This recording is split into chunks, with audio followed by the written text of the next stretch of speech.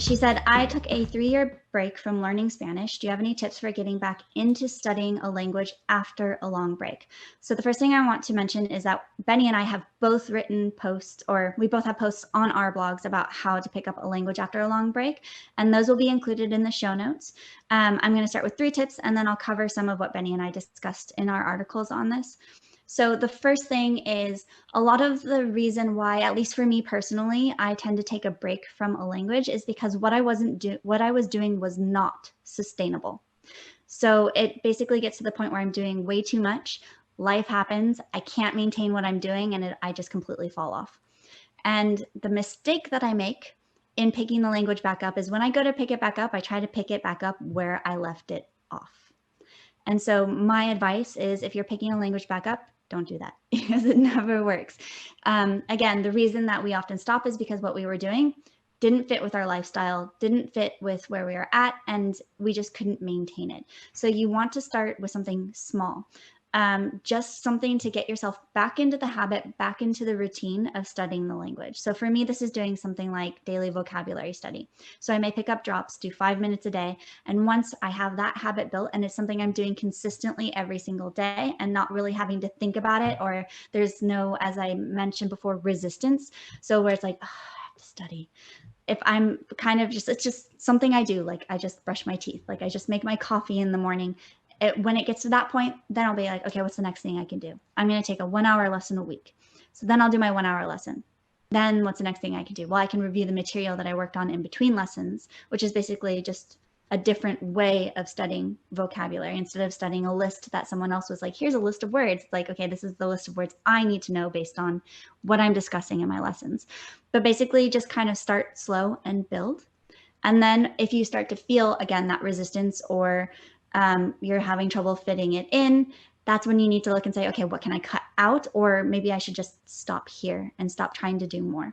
So my first bit of advice would be not to try and do all the things that you were doing before, because again, part of the reason you may have dropped off is because with whatever you were doing in the past, it didn't really fit in to your life. And so it probably shouldn't be what you were trying to pick back up. The next bit of advice I have for starting over with a language is to do a bit of review at the beginning for 2 reasons. One, it'll kind of give you a way to go back over what you learned in the past and start to remember some of it. And then 2, doing this is hugely rewarding, because when you do go back over that material and you do review, you realize just how much you still know. It's in your passive knowledge. It's not active yet, but you can make it active. But it's just a really great way to get a little bit of extra motivation at the beginning when picking it back up, because languages are like riding a bicycle. You may be a little bit unsteady when you get back on the bike after 10 years of not riding, but the basic principle of riding a bicycle you haven't forgotten, and within a short time you're riding just as well as you were in the past, if not better. And the same is true for languages. It's in there, it just needs to be reactivated. So spending that little bit of time reviewing at the beginning is going to help you get back what you had. And I too often find that when I go back and do that review, like I did with my Italian refresh project, which I actually did with Fluent in 3 months. So again, I can share that as well. What was there, and I was able to basically in 3 days get back what I had learned in years of study, because it was just there. I just needed to remind myself of it. And then even within that 3-day window, I got better at Italian than I was in the past, because some of the things that I had missed the first time around, I picked up that second time in refreshing it. And the third thing that I would recommend is start speaking right away. Again, for motivation reasons. When you're studying a language and you drop off, a part of that is also probably motivation. You're not motivated enough to stick with it, and that's okay. It's totally fine to drop a language, to take a break from a language and to not feel motivated about it. It's totally fine.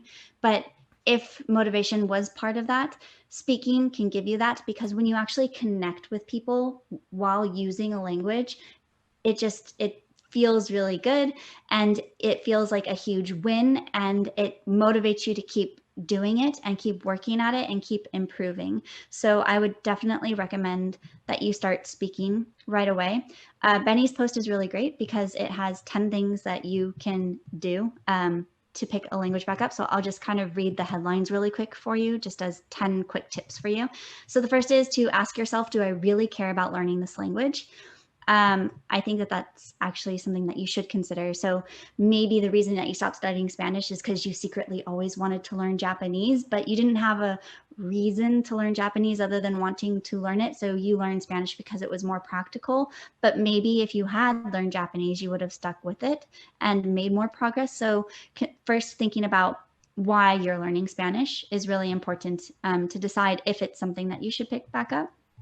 The second is, again, to kind of evaluate why you stopped studying the language. So if it was a motivation thing, like you just didn't feel motivated to learn it, write that down, because then you can brainstorm what you could do to feel motivated about it. Or if it was, again, because what you were doing wasn't sustainable, okay, we'll look at new approaches that may be more sustainable for you in the long term.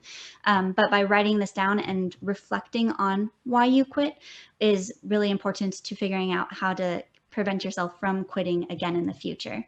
You can keep a journal and read it. This is actually something that I do when I'm taking notes and things. Whenever something comes up that I don't understand or that I want to look up later so it doesn't distract me from what I'm doing in that moment, I keep a journal to do those sorts of things.